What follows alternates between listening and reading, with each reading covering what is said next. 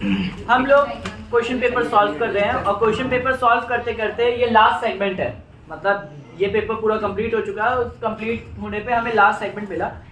इसमें सारे important question है। मैं इंपॉर्टेंट क्वेश्चन का सबका कहीं ना कहीं ओवरव्यू दूंगा कि आप सबको इसमें क्या क्या लिखना है और किस तरीके से क्या आना चाहिए। जैसे सबसे पहले कंप्लीट ब्रेकडाउन ऑफ एरोबिक और एनारोबिक रेस्पिरेशन। ऑब्वियस है, मैंने ऑफ कैमरा अभी बता दिया था काफी ऑन कैमरा मैंने नहीं बताया। तो ऑन कैमरा क्या है कि इसमें स्टार्ट होती है साइकिल ग्लूकोज। आपके पेपर में क्वेश्चन केस स्टडी में भी आता है। केस स्टडी में किस तरीके से घुमा देता है कि 6 कार्बन का एक कंपाउंड है जो साइटोप्लाज्म में जाता है, ठीक है, विच एंटर इन साइटोप्लाज्म। जो साइटोप्लाज्म में जाने के बाद 3 कार्बन का कंपाउंड बन जाता है, ठीक है। 3 कार्बन का कंपाउंड गया, वो 3 कार्बन का कंपाउंड फिर किस में जाता है और 3 अलग अलग कंडीशन पे जाता है। किस में जाता है पहले हमसे पूछ रहे हैं, और 3 अलग अलग कंडीशन होती है। 3 अलग अलग कंडीशन पे एक टाइम पे वो क्या बोलते हैं, इथेनॉल वो बनाता है, अपना कार्बन डाइऑक्साइड बनाता है प्लस एनर्जी, वो क्या बोलते हैं, वाटर बनाता है और एनर्जी बनाता है। एक टाइम पे वो लैक्टिक एसिड बनाता है, कार्बन डाइऑक्साइड बनाता है और एनर्जी बनाता है। और एक टाइम पे वो इथेनॉल बनाता है plus CO2 plus energy, CO2 बनाता है प्लस एनर्जी। तो वो पूछता है वो 3 कंडीशन कौन कौन सी है। अभी भी ध्यान से सुन लो। पहले क्वेश्चन पूछा कि 6 कार्बन का एक कंपाउंड है। देखो 6 कार्बन का कंपाउंड का नाम क्या है, केस स्टडी में होंगे ऐसे क्वेश्चन, ठीक है। वो किस में जाते हैं, साइटोप्लाज्म। वो 3 कार्बन का कंपाउंड टूट जाते हैं, मतलब 6 के एक ग्लूकोज में से कितने पाइरुवेट निकले, 2 3 कार्बन के, ठीक है। मतलब उसके बाद वो किस में गए बच्चों, माइटोकॉन्ड्रिया 3 तरह के वो बिहेवियर शो करेगा, 3 तरह के अलग अलग ऑर्गेनिज्म बनाएगा। एक वो जो नॉर्मल यूकैरियोटिक सेल्स हैं, जो कंप्लीट सेल्स हैं, जिनके पास ऑक्सीजन की भरपूर सप्लाई है। एक दूसरा लैक्टिक वो लैक ऑफ ऑक्सीजन, जो ज्यादातर मसल्स में होता है हमारे, रनिंग के टाइम पे क्रैम्प्स आना। तुमसे पूछा जाएगा पेपर में, एक एथलीट है जिसको क्रैम्प आया, बताओ वो क्रैम्प किस वजह से आया है, ये कौन सी कंडीशन है, क्या हुआ होगा। तो ये सारे सिनेरियो में ये वाला आंसर है इसका कि उसको क्रैम्प आया किसकी वजह से, लैक्टिक एसिड बनाया, जिसकी वजह से अब वो पेनफुल इफेक्ट से सफर करेगा, पेन होगा उसे, यानी कि वो चीज नहीं कर पाएगा। जैसे अगर क्रिकेटर है, वो क्रिकेट खेल रहा है, शॉट ले रहा है, ठीक है, और शॉट लेते लेते उसने नोटिस किया कि एकदम से उसकी मसल्स में क्रैम्प आ गया, तो वापस वो इस तरह जैसे ही वो करेगा वो दर्द होगा उसे, तो वो खेल ही नहीं पाएगा। तो तुमने देखा भी ग्राउंड पे वो लेट जाते हैं, दूसरा आता है फिजियोथेरेपिस्ट आता है, वो बहुत देर तक उसे इधर उधर एक्सरसाइज कराता है, हाँ। फिर वापस अगर वो सही हो पाता है तो बैटिंग कंटिन्यू करता है, नहीं हो पाता है तो उसे पवेलियन भेज देते हैं और दूसरे प्लेयर को भेजते हैं। तो ये होता है एब्सेंस ऑफ ऑक्सीजन, होता है हमारा ईस्ट दारू का। ये भी पेपर में पूछा जाता है बहुत ज्यादा कि ईस्ट में होता है। तो ईस्ट में क्या क्या होता है, इथेनॉल बनता है, कार्बन डाइऑक्साइड और एनर्जी बनता है। नेक्स्ट आता है हमारा draw and explain double circulation in human being. Human being में double circulation, the blood passes through or twice in a one cycle. Blood passes through क्या है, heart, twice in one cycle is known as double circulation. अब double circulation का क्या बनाएंगे, diagram. हम लोगों को आइडिया भी है कि डबल सर्कुलेशन का डायग्राम क्या है, हाँ भाई, ये वाला बनाएंगे, जिसमें हम लोग को पता है कि यहाँ पे लंग्स होगा ऊपर, मैं बहुत रफ बना रहा हूँ, नीचे बॉडी पार्ट, और पहले लंग्स से आएगा आर्ट्रियम से, लेफ्ट आर्ट्रियम से लेफ्ट वेंट्रिकल, फिर बॉडी पार्ट पे जाएगा, बॉडी पार्ट पे जाएगा राइट आर्ट्रियम, राइट वेंट्रिकल।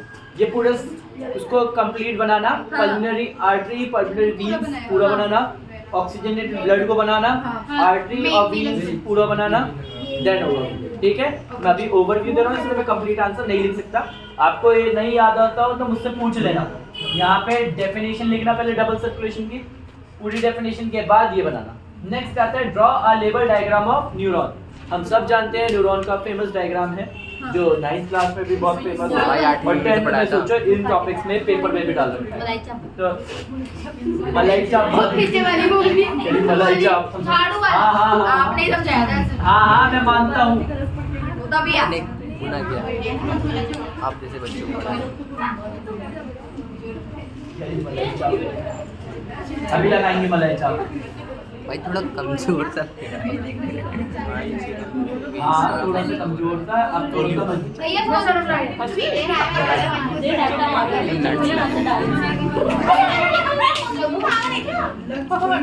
कोई बात नहीं, मेरी वीडियो की शोभा बनाने के लिए रेक्टा मार दूंगी, डायन, ये सब जो चल रहा है बहुत बढ़िया चल रहा है भाई कट कर देंगे, देख लेना। नहीं कट ही नहीं करेंगे, नहीं भाई वायरल हो गई क्लिप। ये लोग कम से कम घर पे बैठ के देखेंगे, रेक्टा मार दूंगी डायन, यहाँ आ तो रहो कम से कम, इधर से इन दोनों की यहाँ लड़ाई, यहाँ होता क्या है कि परिवार में लड़ाइयाँ चलती रहती हैं। फोकस करें, फोकस भाई कैरेक्टर। तो ये वाले में क्या क्या है, नाम पहले न्यूक्लियस भाई, ये डेंड्राइट्स। अब डेंड्राइट्स में हमें मेन याद रखना है, डेंड्राइट्स का काम है receive signal which convert chemical signal into electrical signal.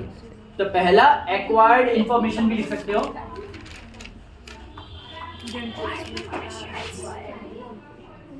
Information, impulse. दूसरा एक और काम होता है, ये कौन सा कन्वर्ट करता है भाई केमिकल को इलेक्ट्रिकल इम्पल्स ठीक है। अब इम्पल्स आगे जाएंगे, नेक्स्ट आता है सेल बॉडी, भी वो काम करती है, साइटोप्लाज्म, सेल बॉडी। अच्छा फिर उसके बाद मेन आता है एक्सॉन का काम, एक्सॉन ट्रांसमिट करता है signal to cell body to nerve ending, और ये नर्व एंडिंग लास्ट पार्ट होता है। भाई उसके बाद दूसरा सेल, नर्व एंडिंग अपने सिग्नल को एक न्यूरॉन से दूसरे न्यूरॉन से शिफ्ट कर देता है भाई, और और ये जो केमिकल इनके बीच में दो न्यूरॉन्स के बीच में जो जंक्शन होता भाई है साइनेप्स, ठीक है, जिसे सिनेप्स या साइनेप्स बोलोगे, सिनेप्स, दोनों में से याद रखना, वो यहाँ जंक्शन होता है। जंक्शन मतलब दूसरा जो न्यूरॉन होता है।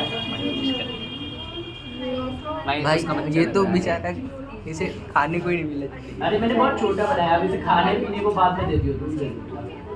ठीक है भाई, हम पाल लेंगे इसे, आप पैदा कर दो। डन। ऐसे करके बहुत सारे अलग अलग न्यूरॉन से वो जुड़ता जाएगा।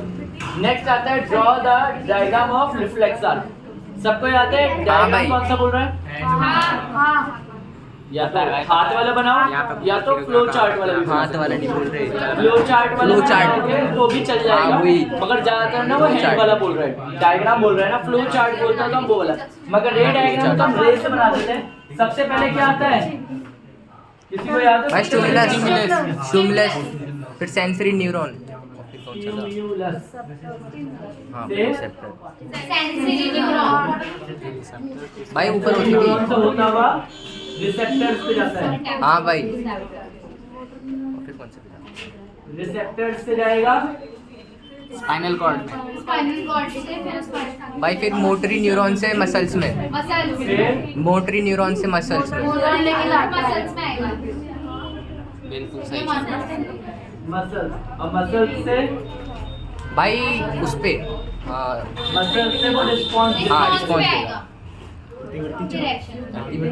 क्या बातें बोल रहा है, ठीक है। ये जनरेट क्या करेगा, रिस्पॉन्स, मतलब भाई वापस क्विक की क्या रिस्पॉन्स, इसने जवाब देगा। तो स्टिमुलस से लेकर रिस्पॉन्स तक पूरा रास्ता ट्रैवल करेगा। यहाँ पे यहाँ से यहाँ जाने को सेंसरी और भाई नीचे मोटरी, न्यूरॉन, वहाँ आएगा मोटरी न्यूरॉन। यहाँ होता क्या है, जैसे आपने हॉट पेन टच किया, ये क्वेश्चन को मुश्किल बनाने के लिए क्या करेगा, हाँ यही करेगा वो आपके साथ यही करेगा कि टचिंग अ हॉट पेन, आपने गरम पेन को टच किया, तो हॉट पेन को टच करना, टच हॉट पेन, क्या हो जाएगा, स्टिमुलस। फिर क्या होगा, फिर होगा रिसेप्टर, मतलब स्किन, स्किन हमारे रिसेप्टर, हमारे पास 5 रिसेप्टर्स हैं, बताओ कौन कौन सा। स्किन और ठीक है, जिन्हें सेंस ऑर्गन भी कहते हैं हम लोग, वही 5 रिसेप्टर हैं। आपको इनके बारे में कोई भी पूछ सकता है। तो रिसेप्टर पे आएगा जो स्किन पे आएगा, स्किन के बाद आएगा हमारा सेंसरी न्यूरॉन, सेंसरी न्यूरॉन से जाएगा स्पाइनल कॉर्ड। ये जवाब देगा कि अब आपको करना क्या है इसके साथ, कि जब आप गर्म पेन को टच कर रहे हो तो क्या होगा। वही गर्म पेन को टच करने के बाद मोटर न्यूरॉन सारे सिग्नल को क्या लेके आता है, वापस लेके आता है, और वही किसको भेजता है, मसल्स को। हमारे मसल्स को बताएगा और कहेगा कि वो बहुत गर्म है तो अपने हाथ को पीछे कर दो, और वो आता है हमारे रिस्पॉन्स। नेक्स्ट आता है एम्फोटेरिक। किसने लिखा है एम्फोटेरिक ऑक्साइड?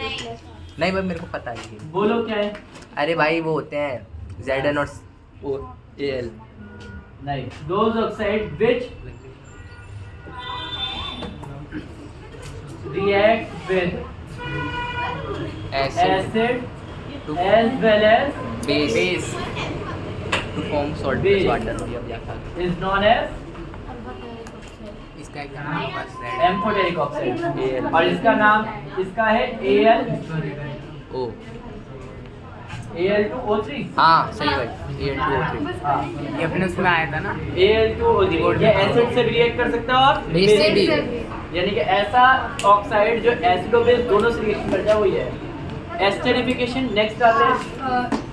भाई नेक्स्ट एस्टरिफिकेशन। एस्टरिफिकेशन वो है जब अल्कोहल और कार्बोक्सिलिक एसिड, Very good। जब अल्कोहल कोई भी अल्कोहल रिएक्ट करेगा carboxylic acid, carboxylic acid alcohol और कार्बोक्सिलिक। तो भाई एस्टर निकल तो एक स्वीट स्मेलिंग कंपाउंड एस्टर बनेगा या वाटर बनेगा साइमल्टेनियसली। और इसके लिए एक एग्जांपल लिखोगे और उस एग्जांपल को कंप्लीट भी करोगे। नेक्स्ट आता है डबल डिस्प्लेसमेंट रिएक्शन। क्या आता है? Exchange, mutual exchange of ion. Exchange of ion mutual exchange जहाँ ऑफ पे आयन। आयंस क्या हो जाएंगे? एक्सचेंज। जैसे मैंने एक एग्जांपल बताया था AB और X और Y। AB में A जाएगा सेम और जाता है। X जाएगा B। B तो कॉमन आ X B जाता है। लिखा जाएगा। BX लिख देते हैं बहुत लोग और गलत कर देते हैं। ठीक है, जो आगे वाला है वो हमेशा प्लस रहेगा और जो पीछे वाला हमेशा माइनस रहेगा। अब इसके एग्जांपल में बहुत सारे हैं, उनमें से कोई भी लिख सकते हो। मैं आप सबको ओवरव्यू दे रहा था जो आप सबके लिए काफी काम है। ट्राई करो, थोड़ा सा लर्न करो, पेपर का कुछ ही टाइम बचेगा।